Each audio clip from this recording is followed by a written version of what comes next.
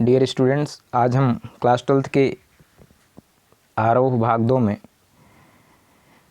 गद्य खंड पढ़ने जा रहे हैं। गद्य खंड में जो पहला पाठ है वो महादेवी वर्मा जी का है और इसमें जो इनका संस्मरण संकलित है वो स्मृति की रेखाओं से लिया गया है, जिसका नाम है भक्तिन। तो हम महादेवी वर्मा द्वारा लिखे भक्तिन जो उनका रेखा चित्र है, संस्मरणात्मक रेखा चित्र है, तो इस संस्मरणात्मक रेखा चित्र को हम पढ़ेंगे। सबसे पहले महादेवी वर्मा जी के बारे में जान लेते हैं। तो महियसी महादेवी वर्मा जी का जन्म, आदरणीय महादेवी वर्मा जी का जन्म सन 1907 ईस्वी में फर्रुखाबाद उत्तर प्रदेश में हुआ। आपकी प्रसिद्ध रचनाएं हैं दीपशिखा, यामा एक काव्य संग्रह है, श्रृंखला की कड़ियाँ, आपदा, संकल्पिता, भारतीय संस्कृति के स्वर निबंध संग्रह है, अतीत के चलचित्र और स्मृति की रेखाएं, पथ के साथी, मेरा परिवार, ये संस्मरण हैं और रेखा चित्र हैं।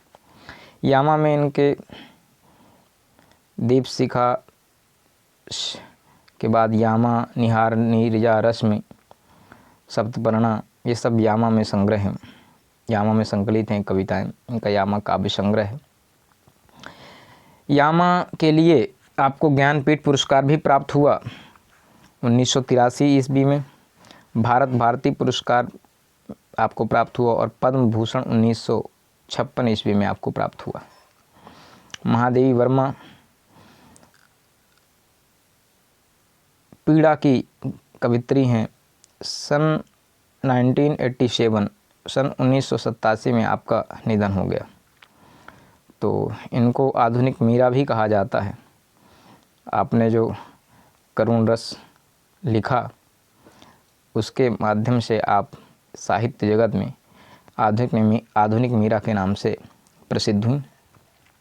अब जो ये संस्मरण है यहाँ पर जो दिया गया है भक्तिन, आपने पहले पढ़ा होगा गौरा और गिल्लू, जिसमें गिलहरी की कहानी है, गिलहरी के बारे में बताया गया है। गौरा जिसमें कि एक गाय होती है उसके बारे में बताया गया है। तो ये दोनों जो संस्मरण हैं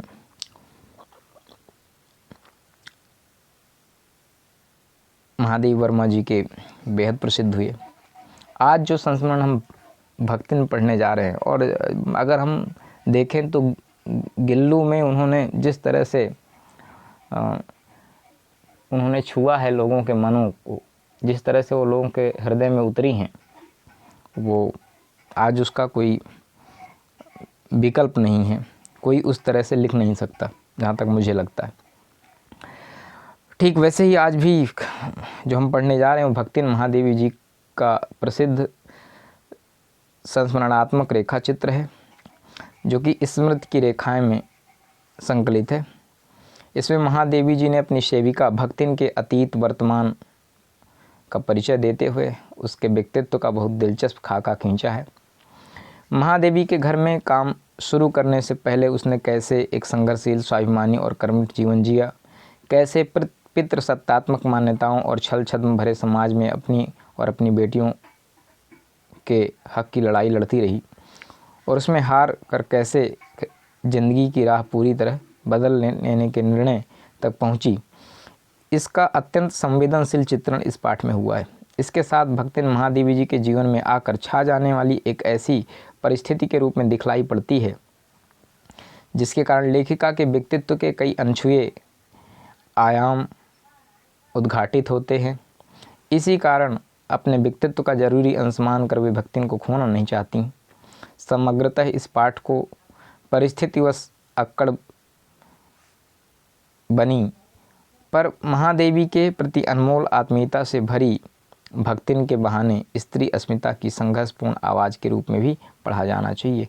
अर्थात जो भक्तिन ने जो एक औरत जाति के अस्तित्व के लिए जो लड़ाई लड़ी, जो संघर्ष किया, उस संघर्ष को भी वुमेन एम्पावरमेंट के लिए याद किया जाना चाहिए। तो पढ़ते हैं भक्तिन को।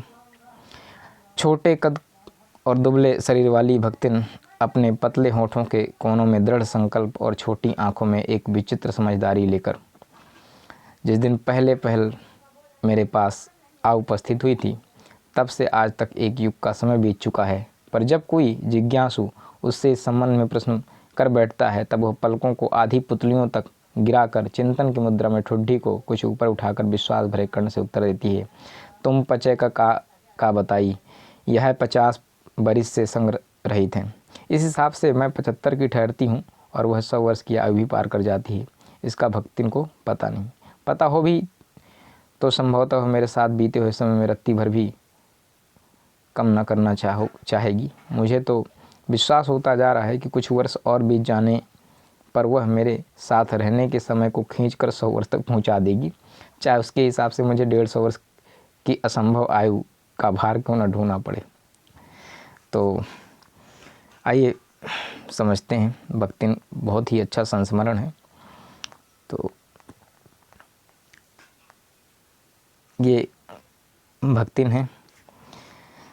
तो वास्तव में महादेवी वर्मा जी ने जो रेखा चित्र खींचा, जो अपने संस्मरण में उन्होंने जो उसका व्यक्तित्व उतारा, तो भक्तिन एक दुबली पतली छोटे कदकाठी की एक महिला है, सामान्य सी, जिसके पतले होठ हैं।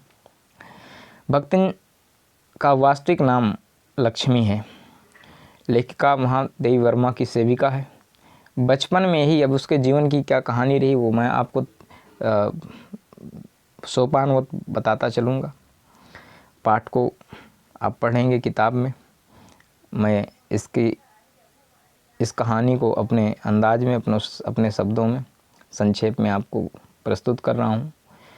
कहानी चूँकि संस्मरण लंबा है, तो मैं इसके जो फैक्ट्स हैं वो आपको ज़रूर पहुँचाऊँगा, जो इम्पोर्टेंट चीज़ें हैं वो ज़रूर पहुँचाऊँगा आप तक।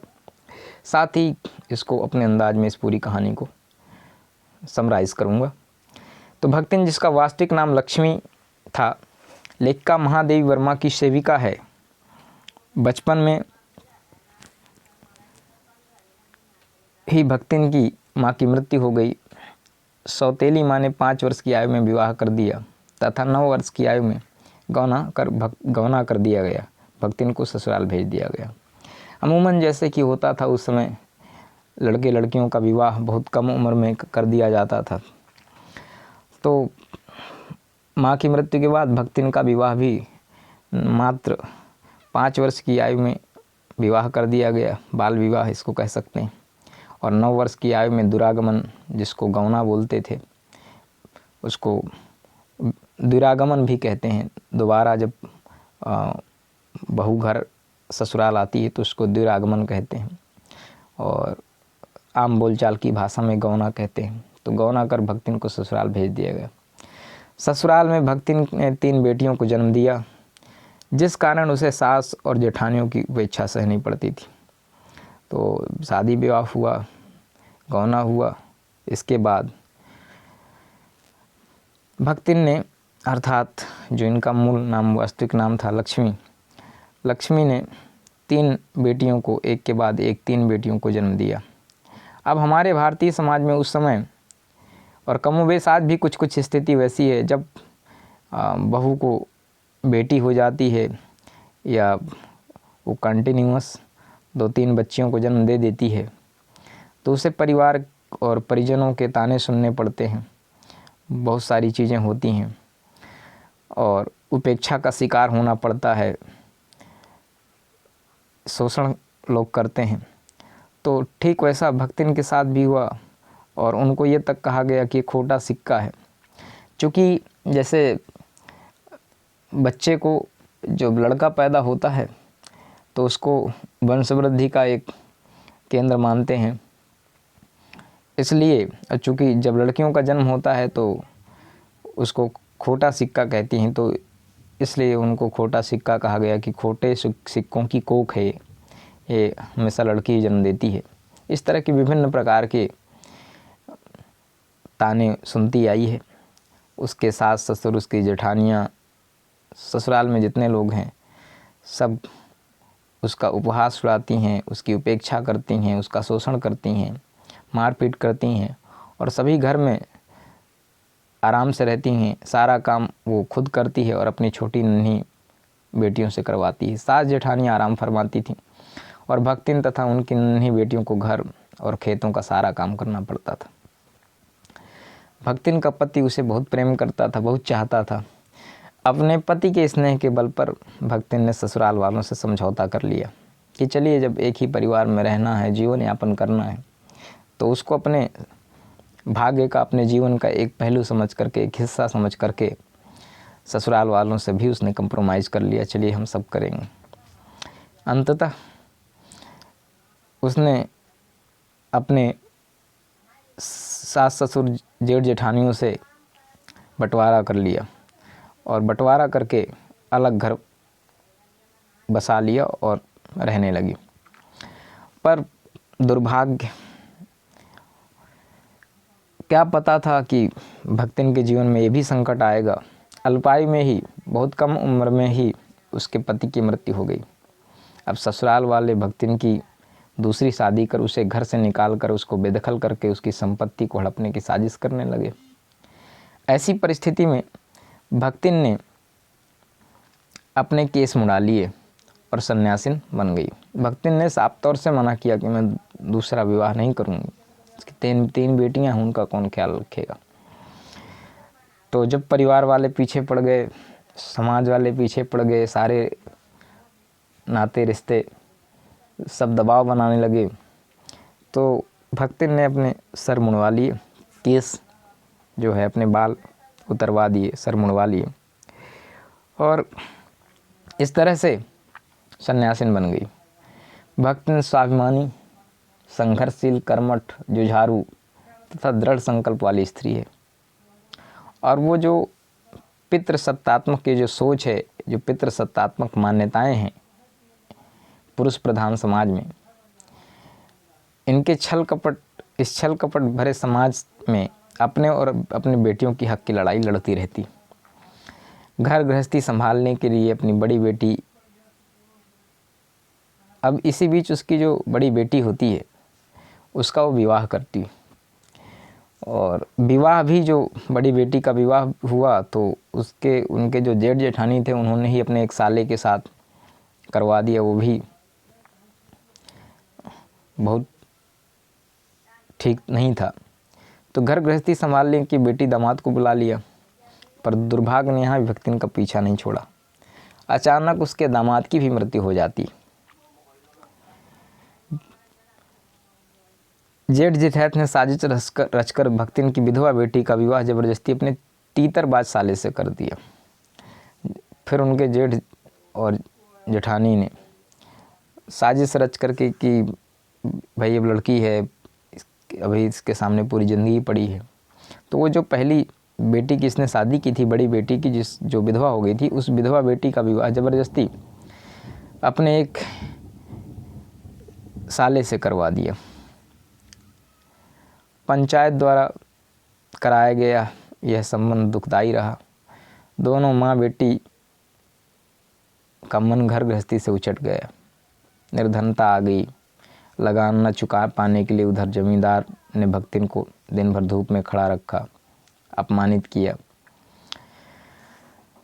अपमानित भक्तिन पैसा कमाने के लिए गांव छोड़कर शहर आ जाती है और सबसे पहले वो महादेवी वर्मा जी के पास आती है, उनको बताती है अपने बारे में और उनसे काम मांगती है और सेविका बन जाती है।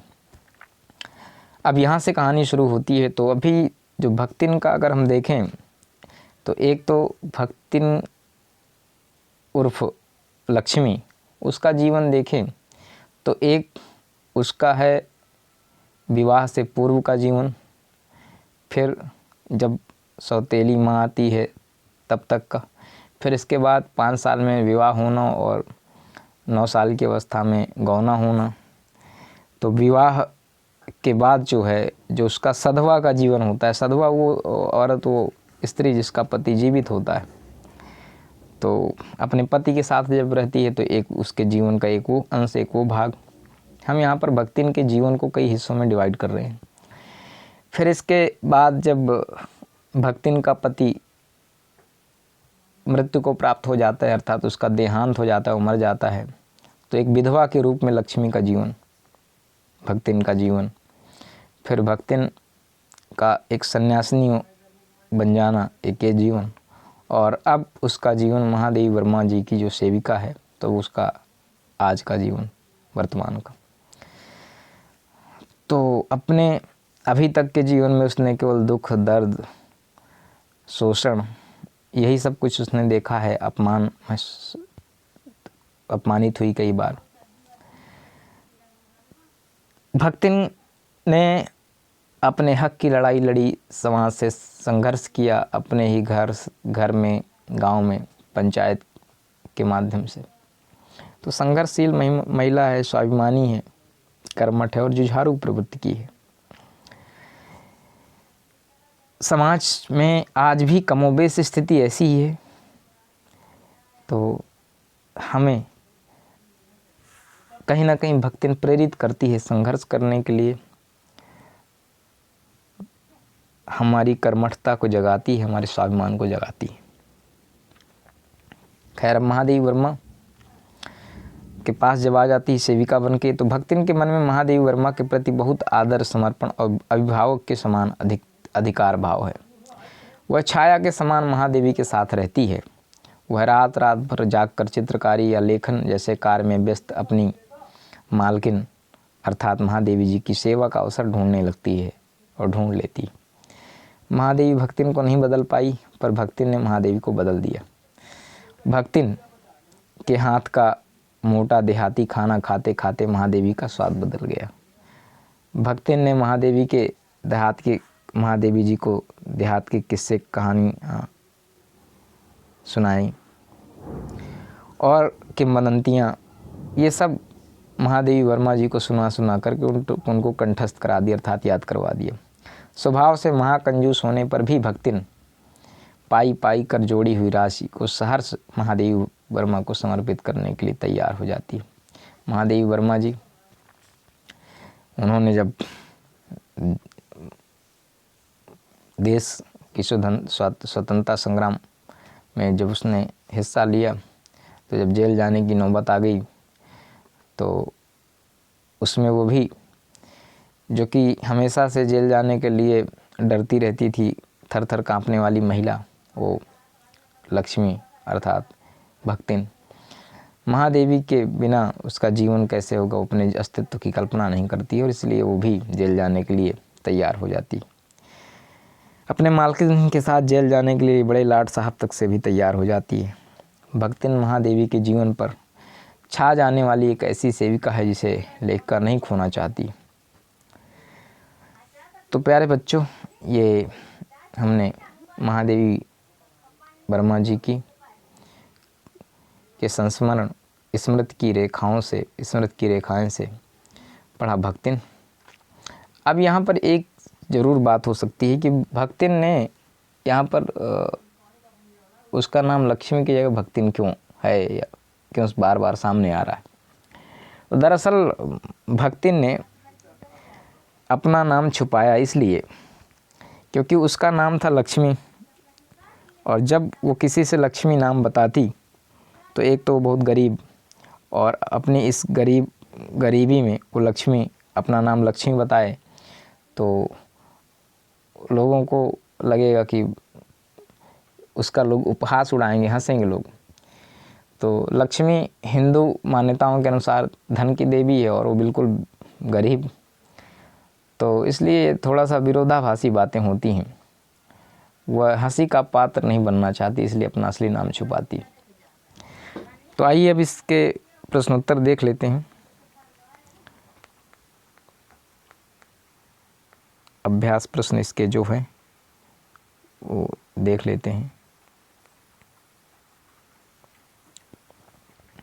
भक्तिन अपना वास्तविक नाम लोगों से क्यों छुपाती थी? भक्तिन को यह नाम किसने और क्यों दिया होगा? तो मैंने पहले ही बताया कि भक्तिन का वास्तविक नाम लक्ष्मी था। हिंदू मान्यताओं के अनुसार लक्ष्मी धन की देवी है। प्रायः नाम व्यक्तित्व का परिचायक होता है। व्यक्ति के बारे में नाम ही काफ़ी कुछ बयां करता है। किंतु भक्तिन गरीब थी। उसका पूरा जीवन ससुराल वालों की सेवा करने और पति की मृत्यु के बाद संघर्ष करते हुए बीता। इस प्रकार उसके नाम का वास्तविक अर्थ और उसके जीवन का यथार्थ सत्य दोनों परस्पर भिन्न थे, विरोधाभासी थे। इसलिए निर्धन भक्तिन ने सबको अपना असली नाम लक्ष्मी न बताकर, असली नाम लक्ष्मी बताकर उपहास का पात्र नहीं बनना चाहती थी, हंसी का पात्र नहीं बनना चाहती थी, इसलिए उस अपना असली नाम छुपाती थी। उसे लक्ष्मी नाम उसके माता पिता ने दिया होगा, क्योंकि उन्हें लगा होगा कि बेटी लक्ष्मी का अवतार होती है, इसलिए उसके आने से उस खुशहाल होंगे। साथ ही वो जिसके घर जाएगी वहाँ भी धन धान्य से वो लोग भी भर जाएंगे। इसके बाद उसे एक और नाम मिला भक्तिन, जो महादेवी वर्मा ने उसका घुटा हुआ सिर, गले में कंठी माला और भक्तों की तरह सादगीपूर्ण वेशभूषा देखकर दिया होगा, ऐसा कह सकते। 2 कन्या रत्न पैदा करने पर भक्तिन पुत्र महिमा में अंधी अपनी जेठानियों द्वारा घृणा व उपेक्षा का शिकार बनी। ऐसी घटनाओं से ही अक्सर यह धारणा चलती है कि स्त्री ही स्त्री का दुश्मन होती है। क्या आप इससे सहमत हैं? क्या इससे आप सहमत हैं? तो निश्चित रूप से ये बिल्कुल सत्य है और हम पूर्णतया इस बात से सहमत हैं, क्योंकि भक्तिन के पुत्र न होने पर उससे उपेक्षा अपने ही घर की स्त्रियों अर्थात सास, जेठानियों, इन सब से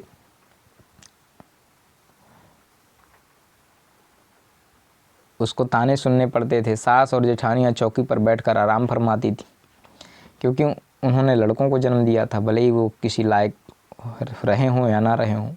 और भक्तिन तथा उनकी नन्ही बेटियों को घर और खेतों का सारा काम करना पड़ता था। यहाँ तक कि उनके खाने पीने में भी अंतर था। जेठानियों के लड़के दूध मलाई खाते थे और लड़कियाँ मोटा अनाज। लड़कियाँ होने के बावजूद उसके पति का भक्तिन के प्रति स्नेह कभी भी कम नहीं हुआ। मेरे हिसाब से किसी भी घर में बिना स्त्री की सहमति के भ्रूण हत्या, दहेज की मांग, परिवार में बेटा बेटी में अंतर, बेटी बहुओं पर अत्याचार आदि नहीं किया जा सकता। तो हम ये कह सकते हैं कि इसमें बराबर की हिस्सेदार स्त्री भी है। स्त्री ही अपने जाति की सबसे बड़ी दुश्मन है और उसके बिना, उसकी सहमति के बिना भ्रूण हत्या, दहेज की मांग, परिवार में बेटा बेटी में अंतर करना, बेटी और बहुओं पर अत्याचार, ये सब उसकी सहमति के बिना नहीं किया जा सकता। उसका भी कुछ ना कुछ कंट्रीब्यूशन और रोल जरूर रहता है। भक्तिन की बेटी पर पंचायत द्वारा जबरन पति थोपा जाना एक दुर्घटना भर नहीं, बल्कि विवाह के संदर्भ में स्त्री के मानवाधिकारों का भी हनन है। इसकी स्वतंत्रता को कुचलते रहने की सदियों से चली आ रही सामाजिक परंपरा का प्रतीक है। कैसे? तो भक्तिन की बेटी के संदर्भ में पंचायत द्वारा निर्णय लिया गया, न्याय किया गया और तर्कहीन और अंधे कानून पर यह आधारित न्याय। भक्तिन के जेठ के बेटे ने संपत्ति के लालच में षड्यंत्र कर, साजिश कर उसकी विधवा लड़की को धोखे से जाल में फंसाया। पंचायत ने निर्दोष लड़की की कोई बात नहीं सुनी और एक तरफा फैसला देकर उसका विवाह जबरदस्ती उसके निकम्मे तीतरबाज साले से कर दिया। इसी वजह से भक्तिन को भी घर छोड़ना पड़ा।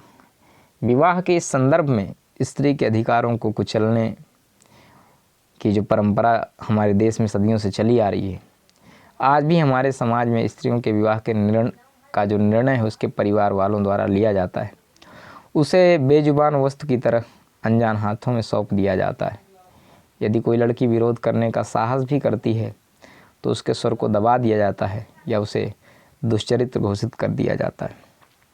भाई, क्या एक बच्ची को, एक लड़की को ये अधिकार नहीं है कि वो एक सुअर, सुशील और अपने मन चाहे वर का वर्ण करे? उसको भी कहिए, उसका मानव अधिकार है इसका। और अगर आप उसकी इच्छाओं को कुचल करके उस पर आप कोई विवाह थोप रहे हैं तो निश्चित रूप से ये सदियों चली आ रही परंपरा जो है एक तरह से समाज, जब आप देखते हैं समाज में स्त्री और पुरुष दोनों बराबर के भागीदार हैं, तो आप उसके सारे अधिकार छीन करके उसको इस समाज से आप उपेक्षित कर रहे हैं, और फिर आप एक ऐसे समाज की रचना करने जा रहे हैं जहाँ पर उसका भी बराबर का कंट्रीब्यूशन होगा, बराबर की भागीदारी होगी उसकी। लेकिन वो भागीदारी कैसी होगी? केवल उसका फिजिकल अपीयरेंस होगा, बाकी आप उसके मन की कुछ सुन नहीं रहे, आप उसकी अभिव्यक्ति नहीं सुन रहे हैं, आप उसकी रुचि रुझान नहीं सुन रहे। आपको जब अपने ही नियम थोपने हैं तो फिर उसकी इच्छा और अनिच्छा कोई मायने नहीं रखती। तो हम कह सकते हैं कि ये परंपराएं जो है अब बंद होनी चाहिए, और अगर कोई लड़की विरोध करती है, अपनी मन मर्जी से विवाह करना चाहती है, तो उसके स्वर को दबाया नहीं जाए, बल्कि उसके साथ बैठ करके आप बात करें। उसे दुश्चरित्र घोषित करने के बजाय उसके फैसले को सराहें और उससे बात करके अगर अच्छा है तो सही निर्णय लें। भक्ति अच्छी है, करना कठिन होगा क्योंकि उसमें दुर्गुणों का भाव नहीं। लेखिका ने ऐसा क्यों कहा होगा? तो हर व्यक्ति में कुछ ना कुछ खूबियाँ खामियाँ होती हैं। तो यद्यपि भक्तिन महादेवी जी की सेवा पूरे मन से करती थी, तथापि कई गुणों के साथ साथ भक्तिन के व्यक्तित्व में कुछ दुर्गुण भी निहित थे। अब जैसे कुछ निम्नलिखित हैं। वह घर में इधर उधर पड़े रुपए पैसे भंडार घर की मटकी में छुपा देती थी और अपने इस कार्य को चोरी नहीं मानती थी। जैसे महादेवी वर्मा जी कुछ रुपए पैसे उधर उधर रख देती थी, पड़े रहते थे, तो उनको भंडार घर की मटकी में छुपा देती थी और वो इसे चोरी नहीं मानती। महादेवी के क्रोध से बचने के लिए भक्तिन बात को इधर उधर करके बताने को झूठ नहीं मानती। अपनी बात को सही सिद्ध करने के लिए वह तर्क वितर्क भी करती है। वह दूसरों को अपनी इच्छानुसार बदल देना चाहती थी, पर स्वयं बिल्कुल नहीं बदलती। वह शास्त्रीय बातों की व्याख्या अपनी इच्छानुसार करती थी, उन्हें अपने नियमों एवं आदतों को उस आधार पर सही ठहरा कर ही मानती थी। तो ये कुछ कमियां भी थी उसमें कि पैसे इधर उधर रख देती थी और उनको कहती थी मैंने चोरी नहीं की, मैंने तो सहेज के रखा है।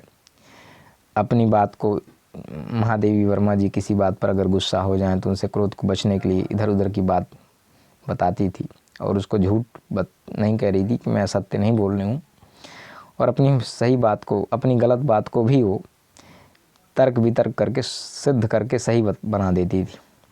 और अपनी इच्छा अनुसार वो दूसरों को बदलना चाहती थी, लेकिन बिल्कुल स्वयं बिल्कुल नहीं बदलती थी।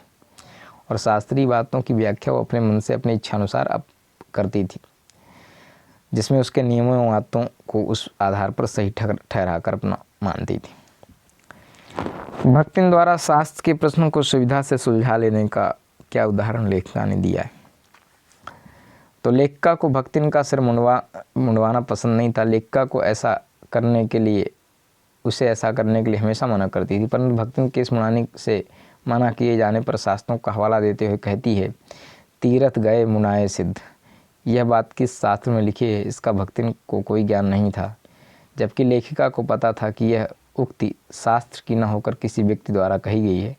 परंतु तर्क देने में पटु भक्तिन की सिर मुंडवाने की आदत को लेखिका बदल नहीं पाई। तो एक उदाहरण उन्होंने दिया। अगला प्रश्न है, भक्तिन के आ जाने से महादेवी अधिक देहाती कैसे हो गई? निश्चित रूप से आप जब जिसके साथ रहते हैं तो आपके रहन सहन बोलचाल में, उसका खान पान में असर होता है। तो महादेवी भक्तिन को नहीं बदल पाई, पर भक्तिन ने धीरे धीरे महादेवी को बदल लिया। भक्तिन देहाती महिला थी और शहर में आने के बाद भी उसने अपने तौर तरीके वैसे ही रखे, उसमें कोई परिवर्तन नहीं आया। भक्तिन देहाती खाना, गाढ़ी दाल, मोटी रोटी, मकई की लपसी, ज्वार के भुने हुए भुट्टे के हरे दाने, बाजरे के तिल वाले पुए आदि बनाती थी और महादेवी को वैसा ही खाना पड़ता था। भक्तिन के हाथ का मोटा देहाती खाना खाते खाते महादेवी का स्वाद बदल गया और वे भी भक्तिन की तरह देहाती बन गई।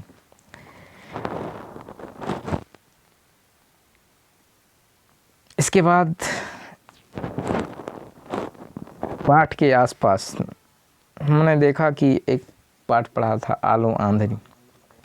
तो आलो आंधरी की नायिका और लेखिका बेबी हालदार और भक्तिन के व्यक्तित्व में आप क्या समानता देखते हैं? तो अगर आपको याद होगा, मैंने आपको पढ़ाया था क्लास 11th में, तो वहाँ पर भी बेबी हालदार की परिस्थिति भी ऐसी है कुछ, उसे भी बहुत संघर्ष करना पड़ा और वो भी एक घरेलू नौकरानी की तरह ज़िंदगी व्यतीत करती है। तो आलो आंधरी की नायिका और भक्तिन के व्यक्तित्व में समानता है कि दोनों ही अंततः घरेलू नौकरानियाँ बन जाती हैं। दोनों को ही अपने परिवार से उपेक्षा मिली और दोनों ने ही अपने आत्मसम्मान को बचाने के लिए, अपने जीवन का निर्वाह करने के लिए बहुत संघर्ष किया, बहुत लड़ाई लड़ी इस समाज से। समाज के शोषण से बचने के लिए उन्होंने जो संघर्ष किया काबिल तारीफ़ है। तो आज महादेवी वर्मा जी की ये जो कहानी है भक्तिन, इसको हमने पढ़ा, समझा, इसके प्रश्न उत्तर जो भी थे यथासंभव देने का प्रयास किया। आशा करता हूँ कि आपको समझ में आया होगा। चलिए नेक्स्ट वीडियो में नेक्स्ट टॉपिक कवर करते हैं। आज का ये सेशन यहीं टर्मिनेट करते हैं। Okay, thanks for watching.